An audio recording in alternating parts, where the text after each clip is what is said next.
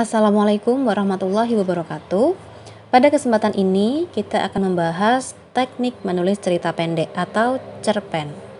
Sebenarnya kunci menulis adalah menulis. Jadi nulis aja, biarkan mengalir, biarkan tulisan itu sampai selesai, sampai menjadi tulisan yang utuh. Namun sedikit banyak kita perlu mengenal, perlu mempelajari teknik atau cara menulis cerpen supaya tulisan kita menjadi keren. Kita memerlukan cara menyajikan menu dengan menawan agar nilai-nilai gizi di dalam makanan itu dapat dinikmati dan akhirnya dicerna oleh tubuh dan berguna dalam tumbuh kembang, misalnya begitu. Jadi simak ulasan berikut sampai selesai. Sesuai dengan namanya, cerpen adalah cerita yang pendek. Namun pertanyaannya adalah seberapa pendekkah cerpen itu? Ada yang mengatakan maksimal 25 halaman, tetapi sebenarnya ini juga bukan ukuran yang pasti. Ada juga yang menyebut cerpen itu adalah cerita pendek yang selesai dibaca dalam sekali duduk. Nah, setiap orang ini kan memiliki durasi duduk yang berbeda-beda. Ada yang 1 menit, ada yang 2 menit, ada yang 5 menit, ada yang 10 menit, dan seterusnya. Tidak sama. Tidak ada ukuran yang pasti, sehingga tidak bisa kita jadikan sebagai patokan. Nah, kalau kita menulis cerita pendek di media, ini panjang pendeknya menyesuaikan dengan space yang disediakan. Nah, kemudian pertanyaan berikutnya adalah bagaimanakah atau seberapakah atau seperti apakah batasan cerpen itu? Kita bisa menyebutkan cerpen itu yang penting adalah cerita yang fiktif, naratif. Ada fiksinya, ada rekaannya. Jadi bukan real diambil dari kejadian nyata. Boleh kita mengambil dari kejadian nyata, bisa kita terinspirasi dari kejadian nyata, tetapi tetap ada narasinya, tetap ada hasil imajinasinya, tetap ada pengolahan bahasa, pengolahan cerita. Nah, minimal mengisahkan satu kejadian penting. Jadi kalau kita nulis cerpen, satu kejadian penting saja sudah bisa menjadi sebuah cerita yang utuh. Tidak harus berepisode atau yang menghadirkan banyak tokoh, banyak latar. Tidak. Satu kejadian penting saja ini sudah bisa menjadi sebuah cerita pendek. Tentu hal ini berbeda dengan novel yang memiliki unsur cerita yang lebih kompleks. Lebih dari satu kejadian, lebih banyak menghadirkan tokoh dan latar. Nah, pertanyaannya kemudian adalah, apakah dalam cerpen harus berisi satu kejadian, satu tokoh, satu latar? Apakah hanya satu? Tentu saja tidak. Kita bisa berkreasi dengan satu atau beberapa kejadian, beberapa tokoh dan latar. Satu yang harus dijaga adalah yang penting cerpen itu cerita yang pendek tetapi utuh, bukan pendek tapi bersambung ya. Maka tantangan menulis cerpen adalah menyampaikan sebuah cerita secara rapat, ketat, padat tetapi mampu menceritakan banyak hal, mampu menceritakan secara utuh. Maka pemilihan kata atau diksi ini perlu dipertimbangkan dengan baik. Supaya menarik, menulis cerpen perlu teknik. Itulah pentingnya kita membahas materi ini. Agar cerita yang disajikan lebih ekspresif dan memiliki kesan yang mendalam, gunakanlah kata-kata yang tak biasa. Kata-kata ini dapat berupa kata-kata yang berkonotasi, yang bermajas, atau yang memiliki makna spesifik, sehingga ini akan lebih mampu menggambarkan suatu hal dengan cara yang padat. Kata-kata tak biasa ini bukan berarti selalu digunakan sepanjang cerpen dari awal hingga akhir, bukan, tetapi kita bisa menuliskannya di bagian-bagian tertentu yang menurut kita penting. Nah, supaya lebih jelas kita bisa melihat pada contoh berikut. Ada 2 kutipan, silakan dicermati. Kutipan yang pertama, tapi aku tak pernah tahu apakah aku ini bisa menjadi anak salihah yang doa-doanya mampu mengantarkan mereka ke tempat terbaik, surga yang kekal, penuh kedamaian, pengampunan dari Yang Maha Pengampun. Kita bandingkan kata-kata yang digunakan di kutipan 2. Tapi aku tak pernah tahu apakah aku bisa menjelma menjadi malaikat yang terbang mengawal arwah mereka. Nah, sebenarnya kedua kutipan ini memiliki maksud yang sama. Namun, kutipan kedua sebenarnya memiliki efek yang tidak biasa. Ada istilah malaikat. Nah, istilah malaikat ini lebih mampu mewakili rasa bahwa tokoh aku ini ingin menjadi penyelamat bagi kedua orang tuanya. Frasa mengawal arwah tentu saja tujuannya adalah surga. Bukankah malaikat adalah makhluk yang paling taat dan doanya lebih mudah dikabulkan, sehingga si tokoh aku ini ingin menjelma menjadi malaikat, sehingga seseorang yang memiliki karakter atau sifat-sifat seperti malaikat tentu saja diharapkan doa-doanya Ini akan lebih mudah dikabulkan, sehingga tujuannya adalah mengawal arwah mereka, bisa mengantarkan arwah kedua orang tuanya menuju ke surga.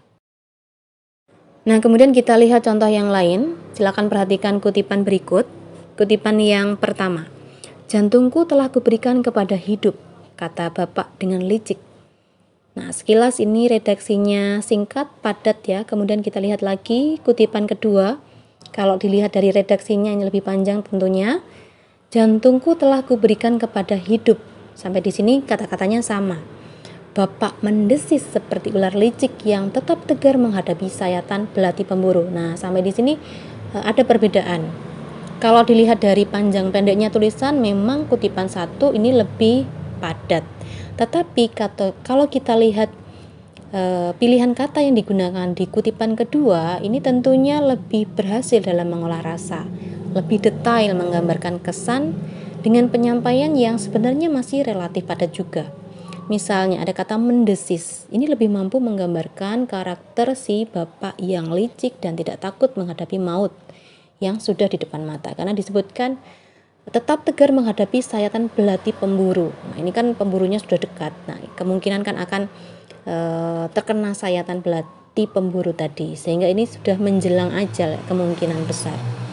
Kalau kita baca lebih lanjut, cerpen Malaikat Kecil ini menggambarkan, mengisahkan si bapak tadi yang akan dieksekusi mati. Di akhir cerita disebutkan begitu. Bapaknya tadi dieksekusi mati karena ada banyak kejahatan yang dilakukan sebelumnya.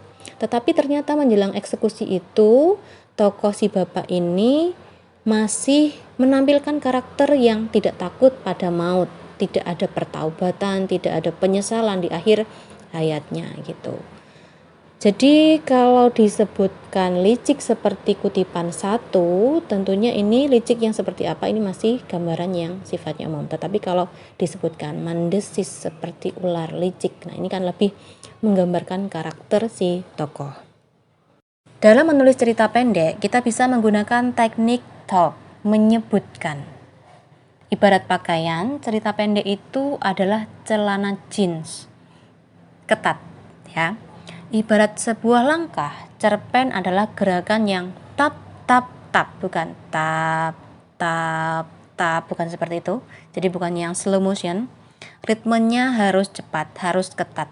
Maka agar bisa sampai pada cerita yang seperti ini, kita perlu memilih kata yang paling mewakili maksud. Jadi bukan deskripsi yang panjang, tetapi kalau kita memilih kata, ini benar-benar kata yang bisa mewakili maksud kita atau ekspresi yang ingin kita tampilkan. Baik, langsung saja kita amati contoh berikut ya, supaya lebih jelas. Kita bandingkan lagi, ada 2 kutipan. Kutipan yang pertama, Patrick jengkel sekali dengan ulah tikus-tikus di rumahnya. Di mana-mana ada tikus. Kotorannya juga berceceran menyisakan aroma yang membuat siapapun serasa ingin muntah. Hari ini kejengkelannya sudah di ubun-ubun, apalagi si tikus telah berani menginap di dalam sepatunya. Kali ini tidak ada ampun, Patrick ingin membasmi semua tikus di rumahnya. Setelah berkejaran dengan tikus, Patrick berencana untuk menangkap basah tikus yang bersembunyi di dalam sepatunya. Patrick mengendap-endap ingin menerkamnya. Ia membawa kantung kresek besar dan hendak diselubungkannya ke sepatu. Tanpa disangka, seekor tikus meloncat ke muka Patrick. Itulah yang membuat Patrick makin kesal dan marah besar. Kemudian kita bandingkan dengan kutipan yang kedua ya. Dibukalah ikatan sepatu itu lagi, sehingga ia bisa menengok lebih jelas isi sepatunya. Hanya beberapa sentimeter jarak matanya dengan lubang sepatu itu. Tanpa disangka-sangka, si tikus berlari keluar, meloncat ke muka Patrick lalu dengan gesit lari menghindar dari manusia yang akan menerkamnya. Berdebah, mata Patrick ingin keluar. Baik, kalau kita perhatikan, kedua kutipan ini memiliki maksud yang sama ya tentunya. Karena sama-sama menceritakan tentang kekesalan si Patrick, kejengkelan si Patrick ketika menghadapi sekumpulan tikus yang ada di rumahnya. Akan tetapi, kalau kita perhatikan cara penyampaiannya, penggunaan bahasa atau diksi yang digunakan, pilihan kata yang digunakan, tentu saja kutipan yang kedua ini jauh lebih hemat, lebih rapat, lebih ketat ya.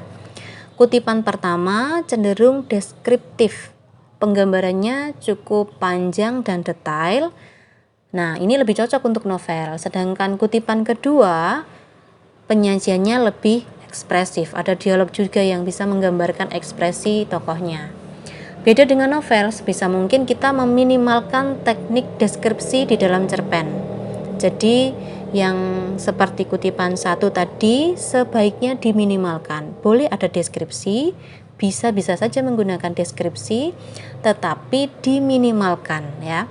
Dalam novel masih mungkin berupa deskripsi seperti ini, jadi memperlihatkan menggunakan teknik show. Sementara itu di dalam cerpen ini sangat dianjurkan menggunakan teknik menyebutkan atau talk. Baik, selanjutnya kita akan membahas pengembangan cerita. Ini bisa berlaku untuk penulisan cerita pendek, bisa juga untuk novel atau naskah drama dan karya prosa fiksi yang lainnya. Ada banyak sekali teknik untuk mengembangkan cerita atau mengembangkan sebuah ide menjadi cerita yang utuh.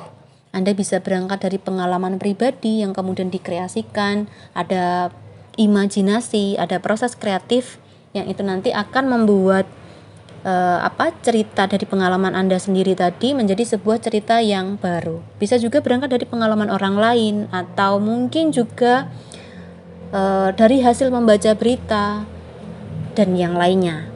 Nah, ini ada beberapa teknik yang bisa Anda lakukan. Misalnya yang pertama adalah teknik 3N. Niteni, niroake, nambahi ya bahasa Jawanya.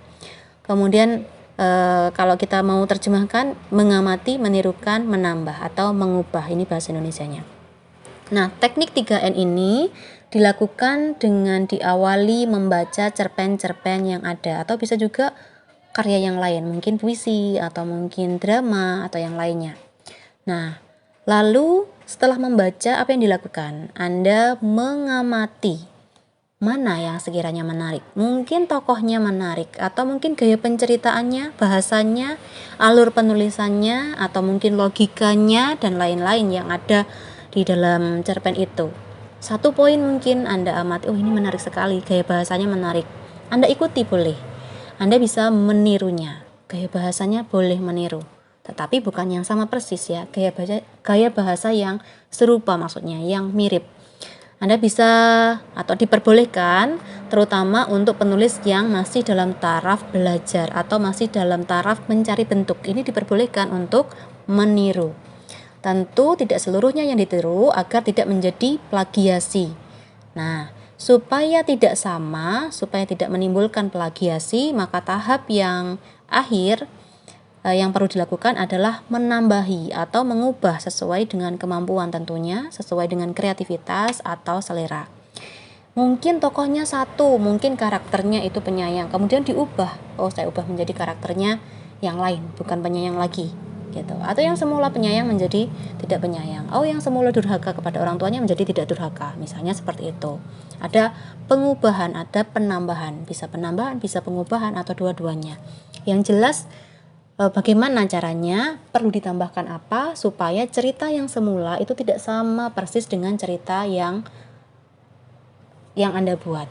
Sehingga ketika orang membaca cerpen yang Anda tulis tadi, tidak teringat pada cerita yang lain. Ini benar-benar cerita yang Anda buat, gitu intinya. Selanjutnya kita bisa juga menggunakan teknik menstrukturalisasi, yaitu dilakukan dengan cara menyusun potongan-potongan kisah menjadi cerita yang utuh. Misalnya dari pengalaman, ada beberapa kejadian yang Anda alami, ada beberapa poin penting, kemudian Anda susun ulang menjadi sebuah kejadian yang baru, menjadi sebuah cerita yang baru.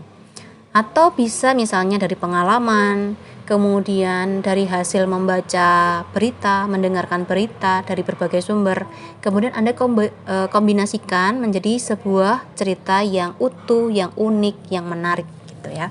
Itu menstrukturalisasi. Nah, kemudian bisa juga dengan teknik rekonstruksi.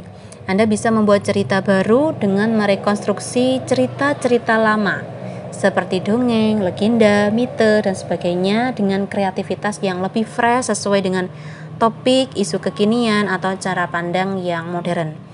Misalnya kita bisa melihat pada cerpen Dongeng Kancil, ini karya Sapardi Djoko Damono. Nah, cerpen ini berhasil menjungkir balikan tokoh kancil yang pada fabel ini dikenal suka menipu ya. Tetapi di cerpen ini karakternya berubah menjadi tokoh yang dipermainkan. Jadi tokoh kancil ini tokoh yang selalu dipermainkan oleh tokoh-tokoh lainnya, berbanding terbalik dengan fabel yang sering kita dengar. Tokoh kancil yang digambarkan sebagai tokoh yang cerdik dan licik, kemudian pintar juga mengelabui tokoh lainnya. Di dalam cerpen berjudul Dongeng Si Kancil karya Sapardi, kancil justru digambarkan begitu teledor dan bodoh, malah sampai tertipu oleh lawan-lawannya atau teman-temannya. Jadi ini tentu saja karakter yang sangat berbeda, berbanding terbalik dengan tokoh yang sebelumnya. Maka cerita ini menjadi sebuah cerita yang fresh, cerita yang baru ya. Kita bisa juga melihat keunikan cerita pendek berjudul Hikayat Malin karya Lubis Gravura yang mampu mengubah karakter Malin sebagai anak durhaka menjadi Malin yang sangat berbakti kepada ibunya. Cerita ini dibuat lebih logis tanpa adegan ibu mengutuk Malin menjadi batu. Patung yang selama ini dipahami sebagai kutukan ibu untuk Malin, di cerpen ini justru dikisahkan sebagai patung hasil karya Malin yang sengaja dibuat untuk pengingat, agar jika sang ibu rindu dapat memandangi patung Malin yang sedang bersujud di kaki ibu. Nah, Lubis Gravura ini berhasil mentransformasi cerita Malin dengan cara pandang yang logis, penggunaan sudut pandang yang beragam, dan teknik yang unik dengan pergantian latar seperti adegan perfilman. Cerita-cerita hasil rekonstruksi juga dapat ditemukan di dalam kumpulan cerita pendek berjudul Meta Narasi Panji. Di dalam buku ini, cerita Panji direkonstruksi atau ditransformasi, diubah dalam bentuk waktu, pelaku, setting atau latar dan jalan ceritanya serta penafsirannya sehingga tetap menarik dan masih relevan dengan kehidupan sekarang. Secara umum, cerita Panji dipahami sebagai kisah percintaan antara Raden Panji Asmorobangun atau Panji Inukertapati dari Kerajaan Jenggala dengan Dewi Sekartaji atau Dewi Candrakirana dari Kerajaan Panjalu atau Kadiri. Mereka sudah dijodohkan sejak kecil oleh orang tuanya karena dua kerajaan itu sebetulnya berasal dari satu kerajaan yang sama dan kedua rajanya masih memiliki hubungan saudara. Namun jalinan kisah mereka selalu ada halangan, godaan, tantangan, dan berbagai cobaan, sehingga terjadilah petualangan, pengelanaan, penyamaran, peperangan, dan berbagai kisah lainnya, sehingga cerita Panji pun mewujud dalam banyak sekali versi. Salah satu kisah dalam cerita Panji adalah kisah Cindelaras. Ini merupakan sebuah kisah yang sangat fenomenal di Jawa Timur ya terutama. Nah, dalam cerita aslinya, Panji Laras adalah anak Raden Panji Asmorobangun yang ternyata baru bertemu dengan ayahnya ketika menjelang dewasa. Pertemuan antara bapak dan anak ini terjadi melalui adu jago, ada sabung ayam. Ternyata ayam Panji Laras yang bernama Cindelaras ini mampu mengalahkan ayam milik raja, sehingga terbukalah rahasia keluarganya, siapa asal-usul si anak tadi. Nah, tetapi MS Nugroho mengemasnya dengan versi berbeda dalam cerpen berjudul Jago untuk Presiden. Di dalam cerpen ini dikisahkan bahwa yang disebut Panji Laras adalah satria penyelaras. Jadi ada penafsiran yang berbeda. Oleh karena itu, ia harus memiliki piandel, senjata pusaka yang tidak lain adalah ayam jago. Sama-sama menceritakan ayam jago tetapi versinya berbeda. Sudut pandangnya berbeda. Nah, ayam jago ini berasal dari telur ayam hutan merah yang bisa terbang dan dirami oleh ular sawah kembang. Singkat cerita, ayam ini kemudian ditemukan di area adu ayam atau sabung ayam. Tokoh kita lalu membelinya dengan harga 100 juta, meski uangnya hanya 60 juta. Nah, ternyata semua orang di dalam area adu ayam ini membubarkan diri ya. Mereka pergi. Dan hanya dia yang ditangkap polisi dengan barang bukti seekor ayam jago. Kemudian tokoh kita dipenjara, dimasukkan di dalam penjara, sedangkan ayamnya disembeli oleh para sipir. Nah, ini merupakan salah satu contoh juga yang merupakan hasil rekonstruksi yang menarik, yang membuat cerita lama menjadi sebuah cerita baru dengan versi yang fresh, disesuaikan dengan isu-isu yang kekinian. Nah, Anda bisa mencobanya ya. Demikian pembahasan kita kali ini, semoga menginspirasi dan memotivasi untuk menulis. Wassalamualaikum warahmatullahi wabarakatuh.